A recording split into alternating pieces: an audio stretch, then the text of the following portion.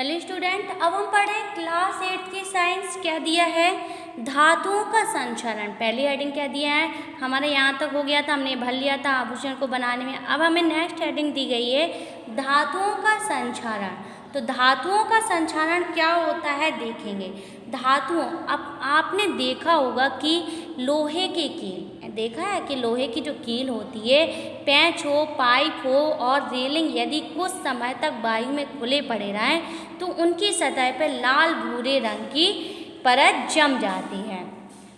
धातु की सतह पर उसका यौगिक बन पर धातु की एक एक परत के रूप में उतरने से धातु नष्ट होना संक्षारण कहलाता है।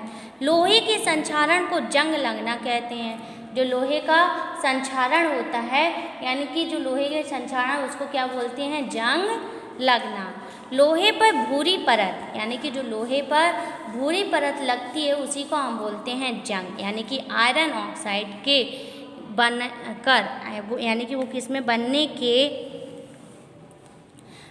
के कारण होती है। यानी कि आयरन में नमी मिल जाती है प्लस ऑक्सीजन भी मिल जाती है, एयर मिल जाती है, इसलिए वो आयरन ऑक्साइड बना लेता है। इससे धातु धीरे, क्या कह रहे हैं? इससे धातु धीरे धीरे ऑक्साइड में परिवर्तित होकर नष्ट होती रहती है।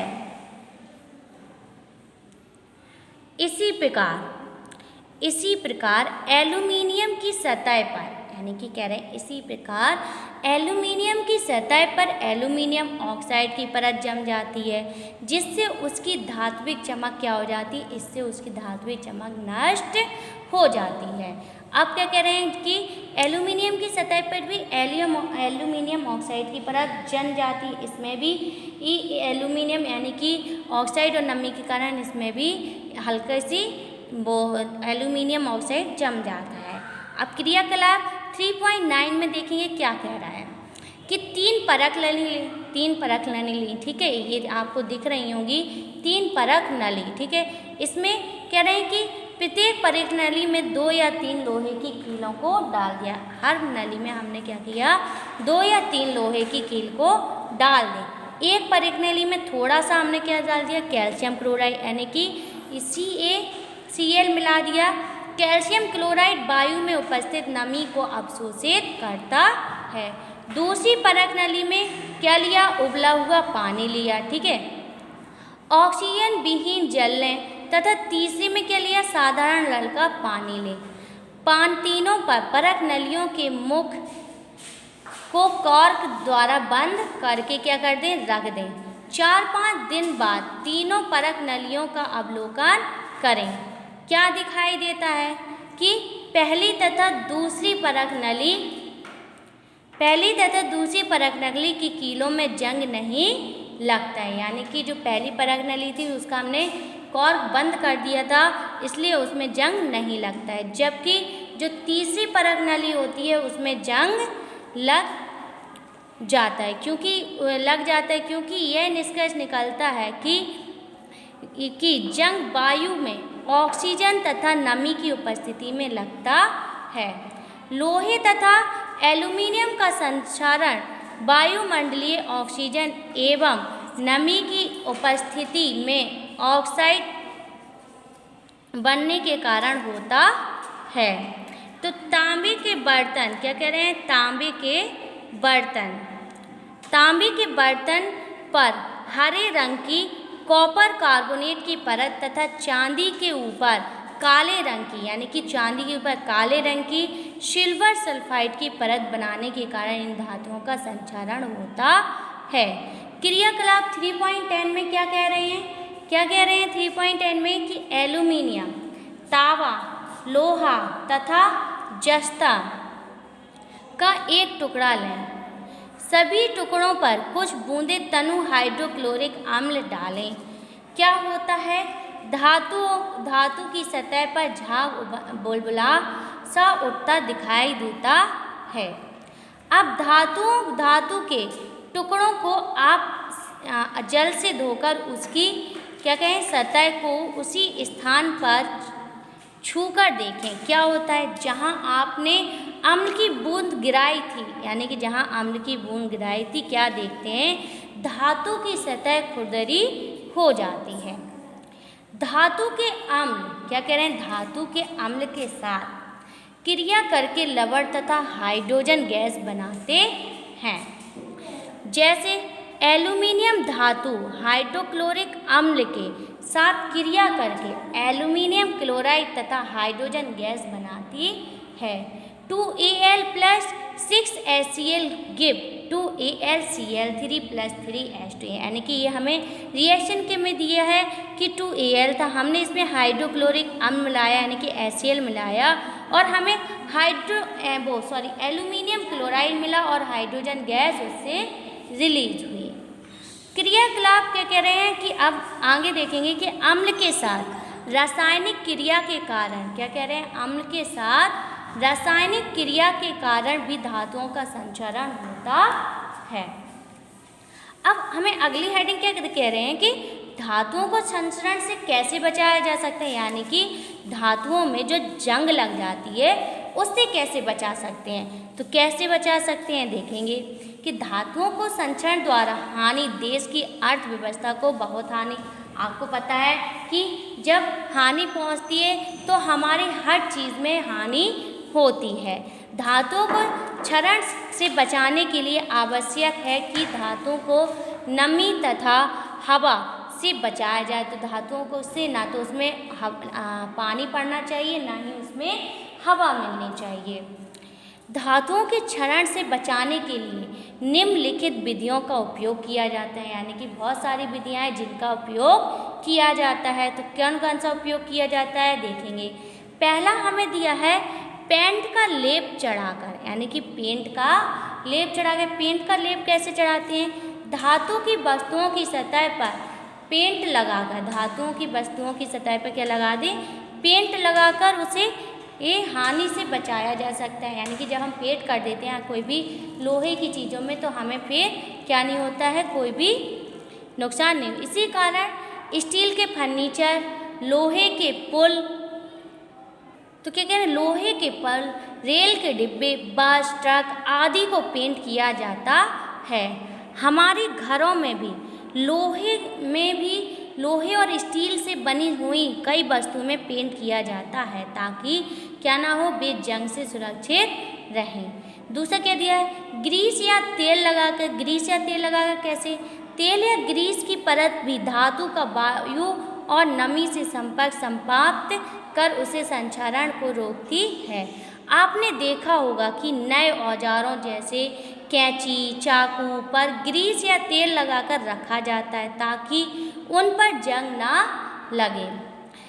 थर्ड, गैल्वेनीकरण यानी कि धातु चढ़ाना। गैल्वेनीकरण धातु चढ़ाना क्या होता है, गैल्वेनीकरण कैसे किया जाता है, लोहा को जंग से बचाने के लिए लोहे की चादर या अन्य पात्र को पिघले हुए जस्ते से में डुबा देते हैं, जिसके कारण लोहे पर जस्ते की एक पतली परत क्या हो जाती है, जम जाती है। तो इसके जिंक की कोटेड करने से भी क्या होता है, उसमें जंग नहीं लगती है। ठीक है, तो इसे गैल्वेनीकरण कहते हैं। घरों की छतें बनाने के लिए प्रयुक्त लोहे की चादरों यानी कि बाल्टियों और ड्रमों को भी संचरण बचाने के लिए उनको गैल्वेनीकरण किया जाता है। फोर्थ हेडिंग क्या दी गई है हमें, विद्युत लेपन। विद्युत लेपन यानी कि इलेक्ट्रोप्लेटिंग। तो विद्युत लेपन भी होता है। देखेंगे कुछ धातु जैसे क्रोमियम, निकल तथा टिन वायुमंडल में उपस्थित ऑक्सीजन एवं नमी से प्रभावित होते हैं। इनका क्षरण यानी कि क्या कह रहे हैं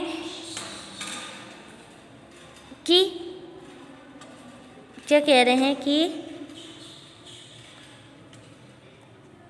लोहे का क्षरण यानी कि लोहे का क्षरण रोकने के लिए उसके चारों क्रोमियम या टिन की इलेक्ट्रोप्लेटिंग की जाती है। यानी कि विद्युत लेपन यानी कि विद्युत लेपन कर दिया जाता है एल्यूमिनियम के ऊपर। एल्यूमिनियम ऑक्साइड की परत जम जाने के से उसकी चमक क्या हो जाती है, नष्ट हो जाती है, बिल्कुल चमक चली जाती है, किंतु उसका क्षरण रुक जाता है। लेकिन क्या कह रहे हैं, चमक तो चली जाती है लेकिन जो धातु एल्यूमिनियम उसकी हानि नहीं होती। एल्यूमिनियम को क्षरण से बचाने के लिए उसके ऊपर एल्यूमिनियम ऑक्साइड का विद्युत लेपन कर दिया जाता है। पांचवा क्या दिया है हमें, मिश्र धातु, यानी कि मिश्र धातु बनाकर, मिश्र को धातु बनाकर कैसे करते हैं, कभी कभी एक धातु में दूसरी धातु या धातु मिलाने पर वह अधिक कठोर या स्थायी तथा संचरण से सुरक्षित हो जाता है। स्टेनलेस स्टील लोहा तथा कार्बन का मिश्र धातु है जिसमें आसानी से जंग नहीं लगता। मिश्र धातु क्या होता है, अनेक बार शुद्ध रूप में धातु को आवश्यक उद्देश्यों के लिए उपयोग नहीं लाया जा सकता है।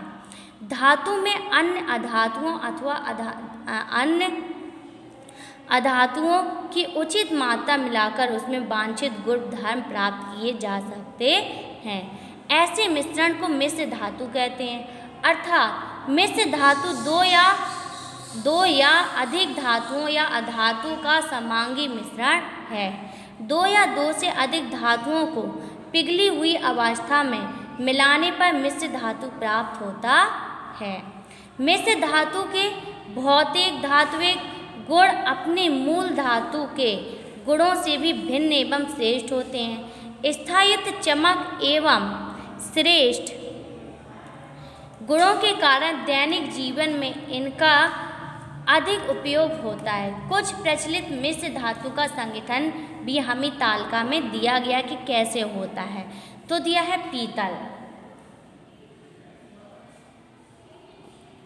तांबा एवं जस्ता, बर्तन, तार, वाद्य यंत्र, सजावट की वस्तुएं बनाने में कांसा, तांबा एवं टिन, सिक्का, घंटा, मेडल तथा गहने बनाने में शोल्डर, शीशा एवं टिन, विद्युत परिपथों में टांका लगाने में, स्टेनलेस स्टील, लोहा, क्रोमियम एवं निकल, बर्तन उपकरण, छुरी काटने बनाने में।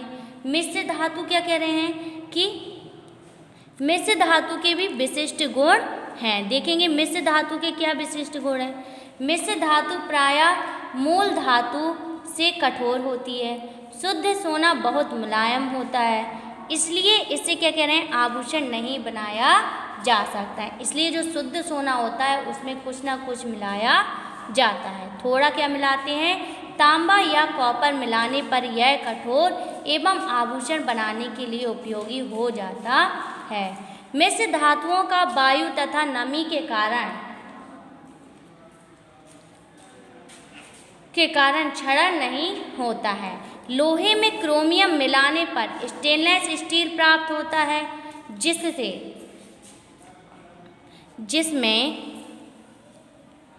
जंग नहीं लगता है। तो ये सब चीज़ें क्या थी, जंग से, यानी कि एल्यूमिनियम में एल्यूमिनियम ऑक्साइड की कोटेड कर देना, लोहे की चीज़ों में पेंट कर देना, ग्रीस कर देना, ये सब क्या है, लोहे को जंग लगने से बचाते हैं। ठीक है, यही कह रहे हैं मिश्र धातुओं का रासायनिक यौगिक द्वारा क्षरण नहीं होता है। ठीक है, मिश्र धातुओं के गुण उनके अव्ययी धातुओं के गुणों में से भिन्न होते हैं, जैसे सोल्डर, शीशा तथा टिन का मिश्र धातु है। सोल्डर का गलनांक शीशा तथा टिन दोनों के गलनांक से कम होता है।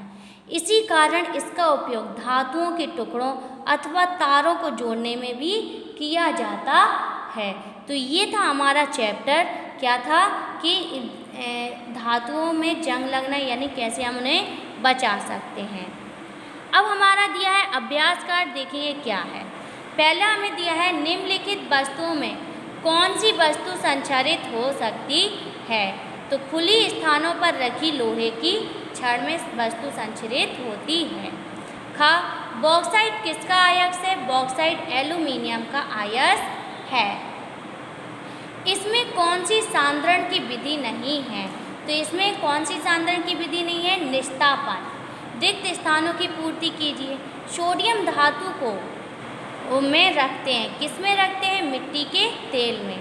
जंग लगने के लिए क्या क्या जरूरी होती है, वायु और नमी की आवश्यकता होती है।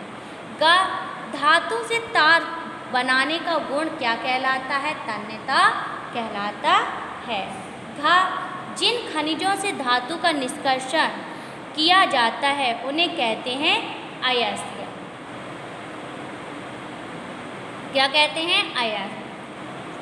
निम्न कथनों के आगे सही का निशान और सही कथनों के गलत कथनों के आगे गलत का निशान लगाइए। हीरा कार्बन का रूप है, सही है। हेमेटाइट एल्यूमिनियम का अयस्क है, ये गलत है। धातु ऑक्सीजन से अभिक्रिया करके धातु ऑक्साइड बनाते हैं, ये सही है। क्वार्ट्ज धात्विक खनिज है, गलत। संगमरमर चूने के पत्थर से बनता है, सही। निस्तापन की क्रिया में अयस्क को वायु की उपस्थिति में गर्म किया जाता है, गलत। अब है हमारी मैचिंग। बॉक्साइट का क्या होता है? एल्यूमिनियम। गैलेना यानी कि लेड पीबी होती है। हेमेटाइट आयरन और पायरोल्यूसाइट होता है मैग्नीज।